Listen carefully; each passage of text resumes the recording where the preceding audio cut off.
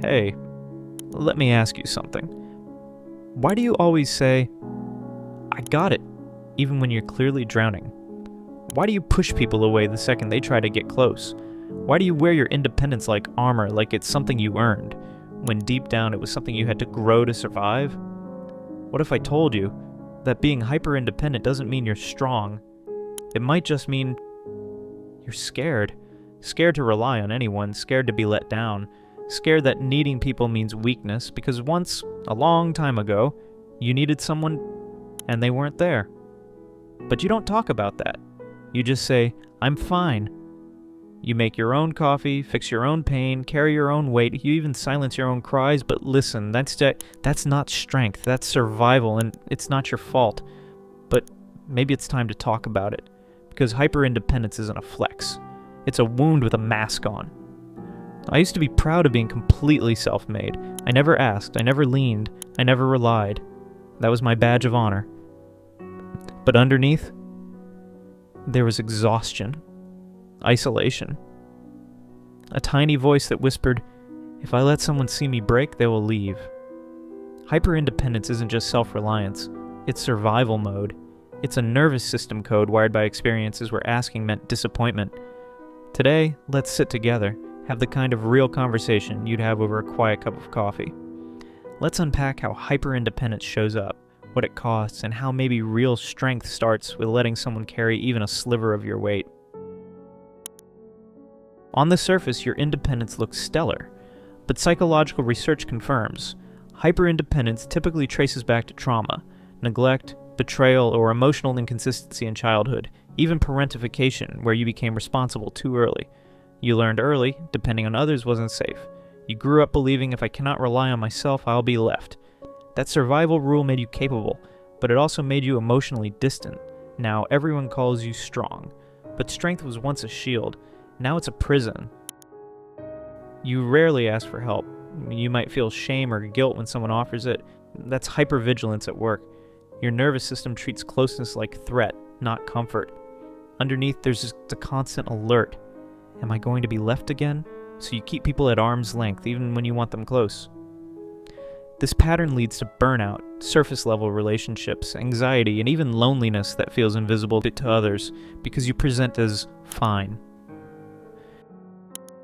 The brain part, called the amygdala, still reads reaching out as danger. It lights up at the idea of needing someone, shutting down emotional openness. Meanwhile, your prefrontal cortex, which regulates rational thought and vulnerability, can't override the fight or flight instinct, so trusting feels unsafe, even if you intellectually understand it's okay.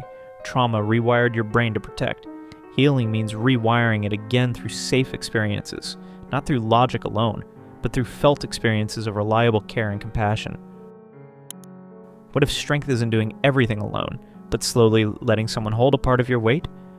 Psychologists emphasize the importance of healthy interdependence, not depending blindly, but balancing autonomy with connection. What that means in practice: sharing just one small struggle with a trusted friend, letting someone help with errands, sending a simple text asking if they can listen. These micro steps are tiny neural rewiring. They tell your brain, help can feel safe. That's courage. Trust doesn't collapse your armor, it loosens it bit by bit. You remain independent, but no longer isolated. Trauma-informed therapists often work with tools like EMDR, attachment-based therapy, somatic experiencing, and inner child work to help people heal hyper-independence at its root. Mindfulness, self-awareness, and safe vulnerability experiences help the nervous system learn again that needing someone doesn't equal shame. Over time, post-traumatic growth happens. Openness, stronger relationships, inner peace, real growth rooted in new beliefs about trust and connection. Healing doesn't erase your independence. It helps you choose it instead of defaulting to it out of fear. You know what no one tells you? That hyper-independence isn't just about refusing help. It's about rejecting connection. It's like building a fortress around yourself, not because you're strong, but because you're terrified someone might get close enough to hurt you again. You tell yourself, I'm better off alone. But are you really? Or are you just trying to avoid being disappointed again? Because here's the raw truth. Sometimes, the people who were supposed to protect us were the ones who hurt us the most. And now, your mind treats every kind of support like it's a trap. Even love feels dangerous. Safety feels unfamiliar. And I know, asking for help feels like failure. Letting someone in feels like risking everything. But maybe the biggest risk isn't being vulnerable. It's never being truly seen. You weren't meant to carry everything alone. You weren't made to survive life on your own. You were made for connection. You were made for warmth. You were made for belonging. So I'm not asking you to tear down your walls overnight. I'm just asking, what would it feel like to let one person in? Just a little.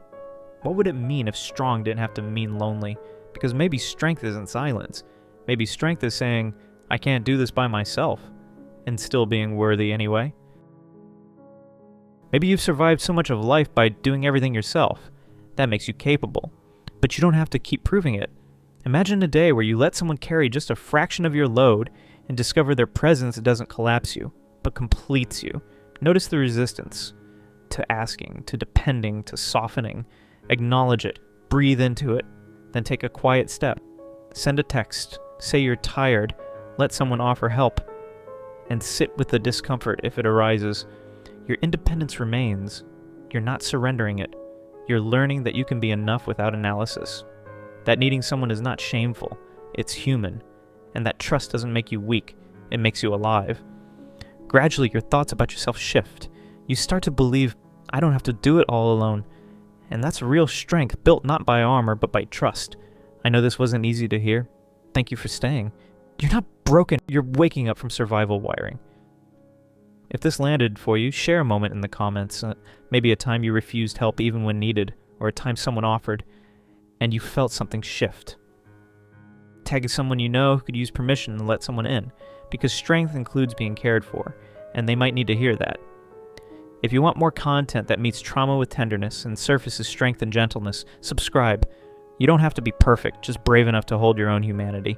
You don't need to handle every burden alone. You deserve rest. You deserve care. And you are beginning to deserve trust, starting right now.